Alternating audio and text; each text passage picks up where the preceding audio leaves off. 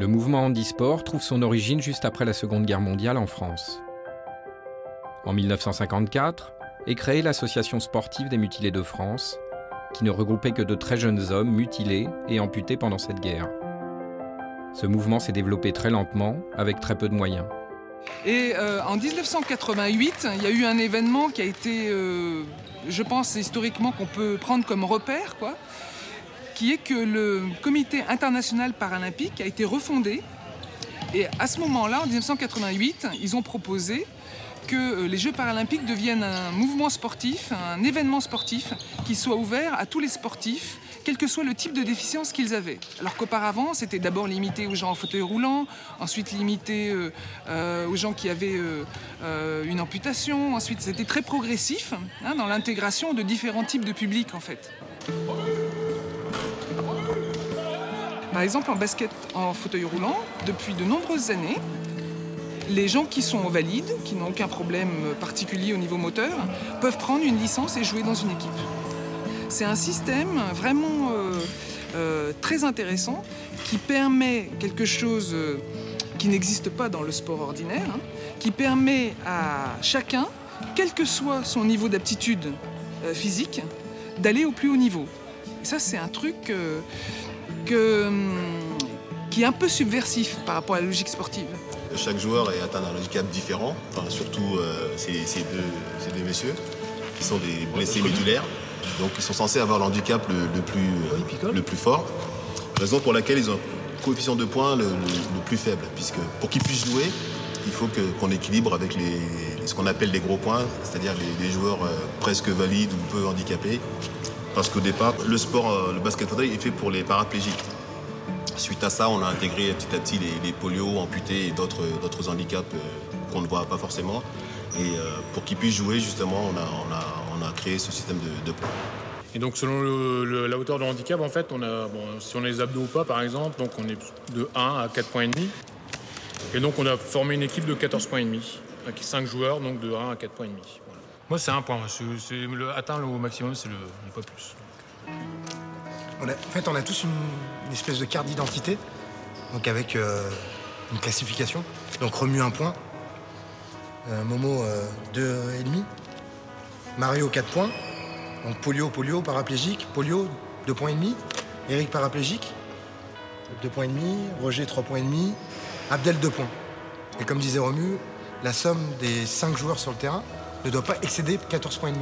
C'est que comme ça, toutes les équipes sont sur le même pied d'égalité. Il n'y a pas d'avantage pour telle ou telle équipe.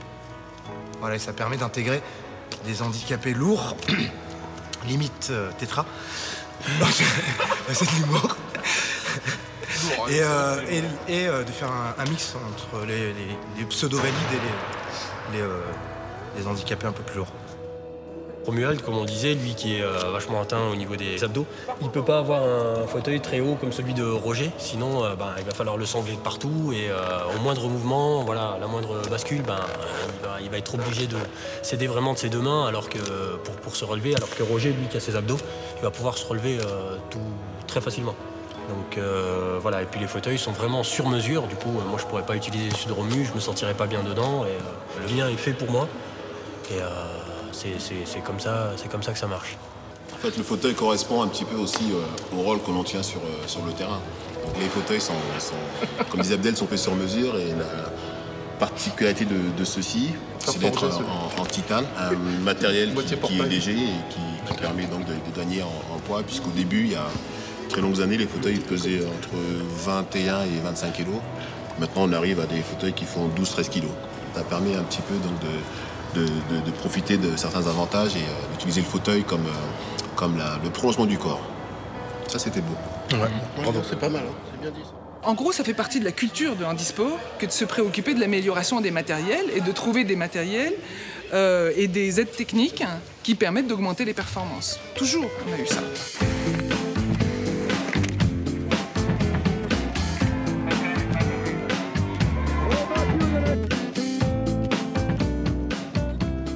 Moi, mon handicap, ma catégorie, c'est T44.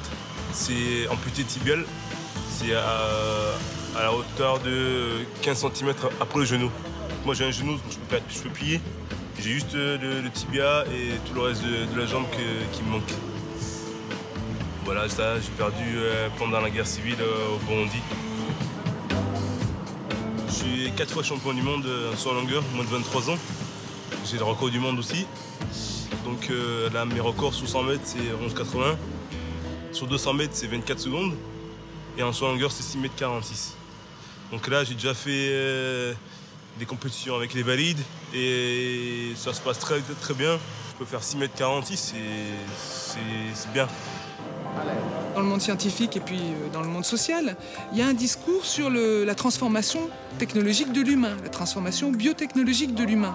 La thèse post-humaniste, transhumaniste, considère que l'humain ordinaire, biologique, entre guillemets, naturel, comme dirait l'institution sportive, est à la fin de son histoire et que ces implémentations et ces appareillages qui fonctionnent sur la réparation, compensation du handicap ou réparation des déficiences, des pathologies, sont évidemment utilisables pour l'augmentation.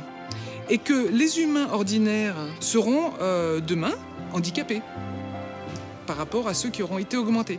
Donc c'est vraiment un enjeu de redéfinition autour de l'humanité, des limites de l'humanité, et ça remet en cause définitivement la question de la définition du handicap.